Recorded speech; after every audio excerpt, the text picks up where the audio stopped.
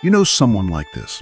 Big ideas, big dreams, a kind of electricity in his eyes, like he was meant for something greater.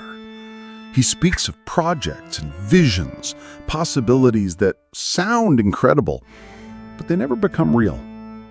Every failure has a reason. Wrong timing, wrong people. The world just doesn't get him yet. Maybe it's someone from your past, a childhood friend, a brother, your partner, maybe even your father. Someone who, no matter their age, never really stepped into it. A man who lives like a boy, emotionally volatile, allergic to commitment, always chasing freedom, always running from responsibility. And still, a part of you hopes he'll change. Carl Jung had a name for this: Puer Aeternus, the eternal boy. A psychological pattern, an archetype. The man who never begins, always preparing, always dreaming, never arriving. He has charm, he has energy, he's spontaneous, creative, full of life. But under the shine, something deeper lingers, a refusal to face the demands of reality. The eternal boy expects life to adjust to him, that things will fall into place without effort, that someone will rescue him from the boring parts of existence. He idealizes the perfect woman, the perfect job, the perfect moment. But when life doesn't match the dream, he disappears. He cuts ties. He starts over, only to end up in the same cycle. He believes he's too special for the ordinary, too gifted for the mundane. But underneath it all, he's afraid. Afraid to fail, afraid to grow, afraid that effort might not be enough. If you've ever tried to help someone like this, you know the weight of it. You give advice, it goes unheard. You give support, it gets wasted. You try to pull him forward, but he doesn't want to move. And somehow you're the one who ends up feeling guilty, like you asked for too much, like you're the problem, for expecting maturity, for wanting more than an eternal almost. But the truth is simple. He's not free. He's stuck, strapped in a fantasy of freedom that is really just fear wearing a disguise. You might mistake him for a free spirit. He doesn't follow the rules. He says he's chasing purpose. He says the 9-to-5 life isn't for him. He says he wants more meaning, more beauty, more truth. But look closer. He's not chasing something deeper. He's running from something harder. Responsibility, structure, the weight of being accountable for his own life. He talks about his potential. He talks about his gifts. He talks about what he could be, but he never becomes it. He calls it resistance, calls it misalignment, says he's waiting for the right time, but time keeps passing and nothing changes. He says he wants love, but only if it doesn't ask anything of him, only if it lets him remain untouched, unchallenged, unchanged. When a relationship gets too real, he checks out. When a job gets too hard, he walks away. When life demands presence, he disappears. And the worst part, he makes it poetic.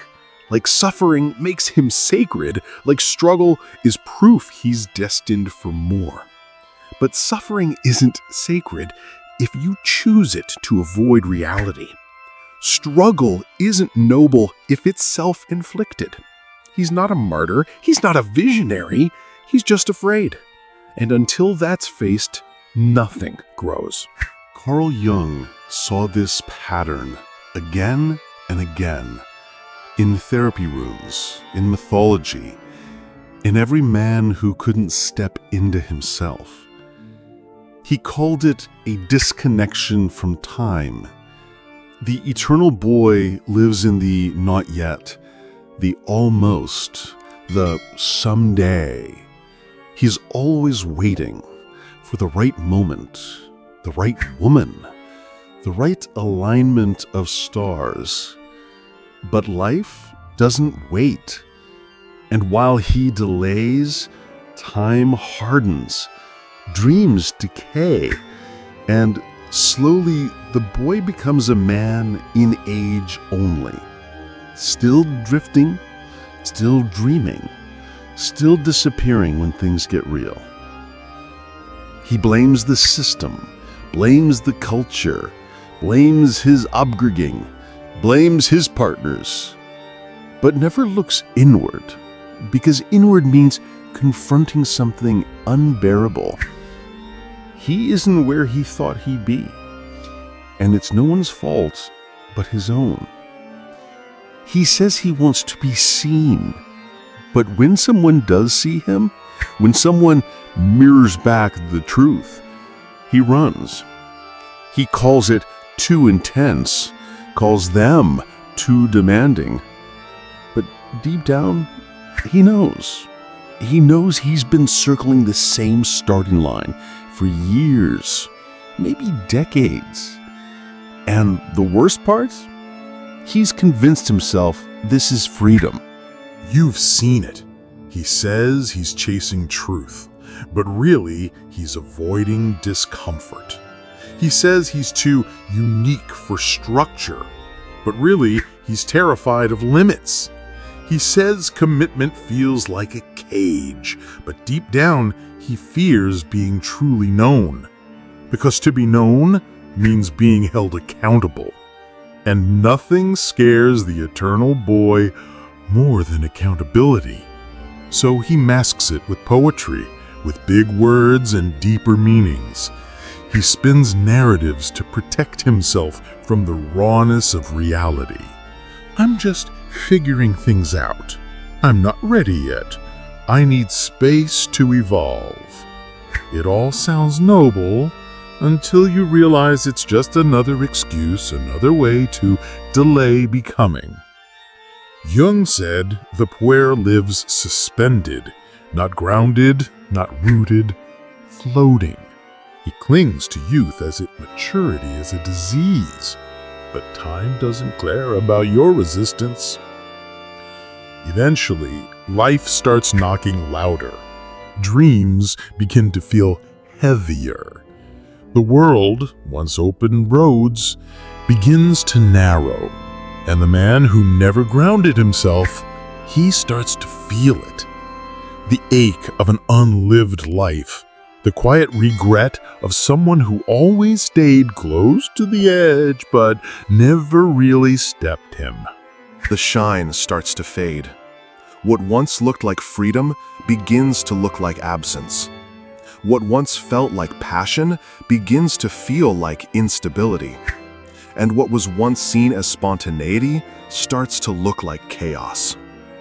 People around him feel it. They start to step back. Partners grow tired of waiting for promises that never land. Friends begin to drift away, exhausted from carrying hope for someone who won't carry it for himself.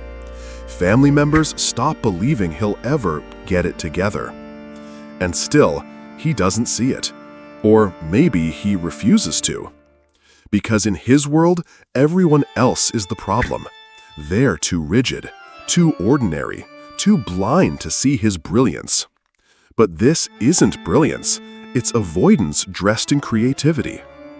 He says he wants meaning, but avoids every path that requires effort. He says he wants deep love, but flees the moment someone needs consistency. He wants the rewards of adulthood without the cost. Jung called this the disconnection from time. The pure lives in someday, always waiting for the right moment, the perfect inspiration, the ideal partner. But that moment never comes, because real life isn't waiting for him. It's happening right now, and he's missing it. The eternal boy doesn't just hurt himself. He hurts everyone who loves him. At first, people are enchanted. They see the potential, the passion, the spark. He makes you feel like you're part of something rare. But slowly, reality leaks in. He misses appointments, cancels plans, forgets what he promised just days ago. Every crisis is someone else's fault. Every mistake comes with an excuse. And if you confront him, he turns it back on you. You're too demanding. You don't understand. You're trying to control me. You start questioning yourself. Am I being unfair? Am I asking too much? Should I just accept him as he is? But deep down, something feels wrong. It's not that he can't grow up. It's that he won't. He'd rather watch the people around him break than risk the fragile image he's built of himself. He doesn't mean to manipulate, but the effect is the same. You give, and he drifts further. And beneath all the detachment, all the poetry, all the authenticity, is a man terrified of being ordinary. A man who would rather ruin everything than face himself. And that's when it hits you. He's not living freely. He's just running. From love, from work, from time, from pain, from life. But here's the cruel twist. Behind every man who never grows up, there's often someone holding the safety net. Sometimes it's his mother, sometimes a partner, sometimes a whole family. People who love him so much, they carry what he refuses to hold. They cover for him, they clean up after him, they soften the blows. Not because they're weak, but because they believe in his potential.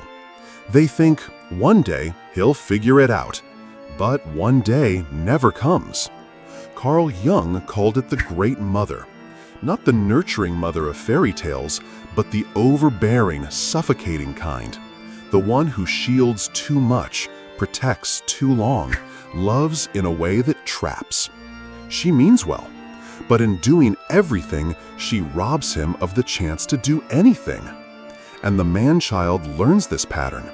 He looks for partners who parent, women who tolerate too much, forgive too easily, and mistake caretaking for love.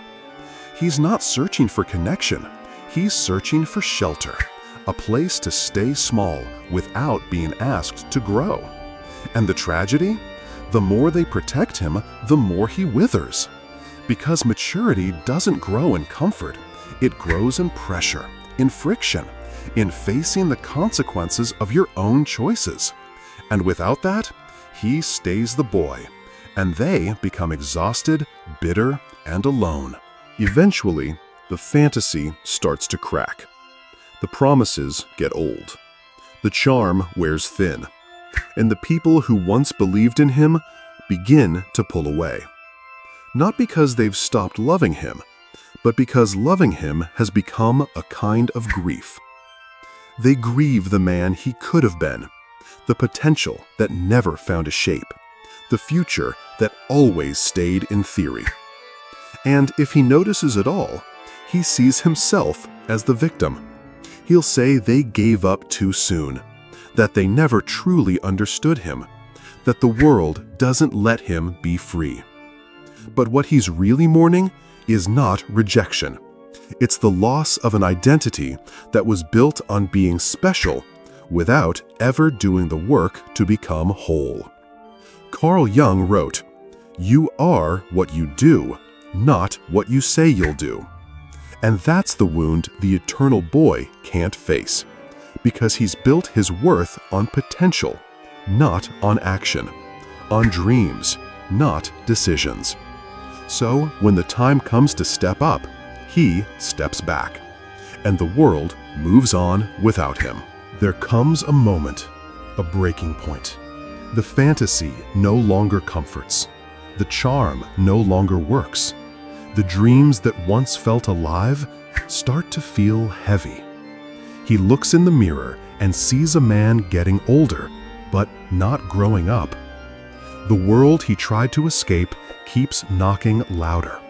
Unpaid bills, lost friendships, a partner who's had enough. Time doesn't wait, and life doesn't care about potential. And finally, he's faced with a question that changes everything. How long can I keep pretending? It's painful, because letting go of the boy feels like a kind of death. But not letting go is a slow collapse. Jung called it individuation, the moment you stop running from reality and start building something within.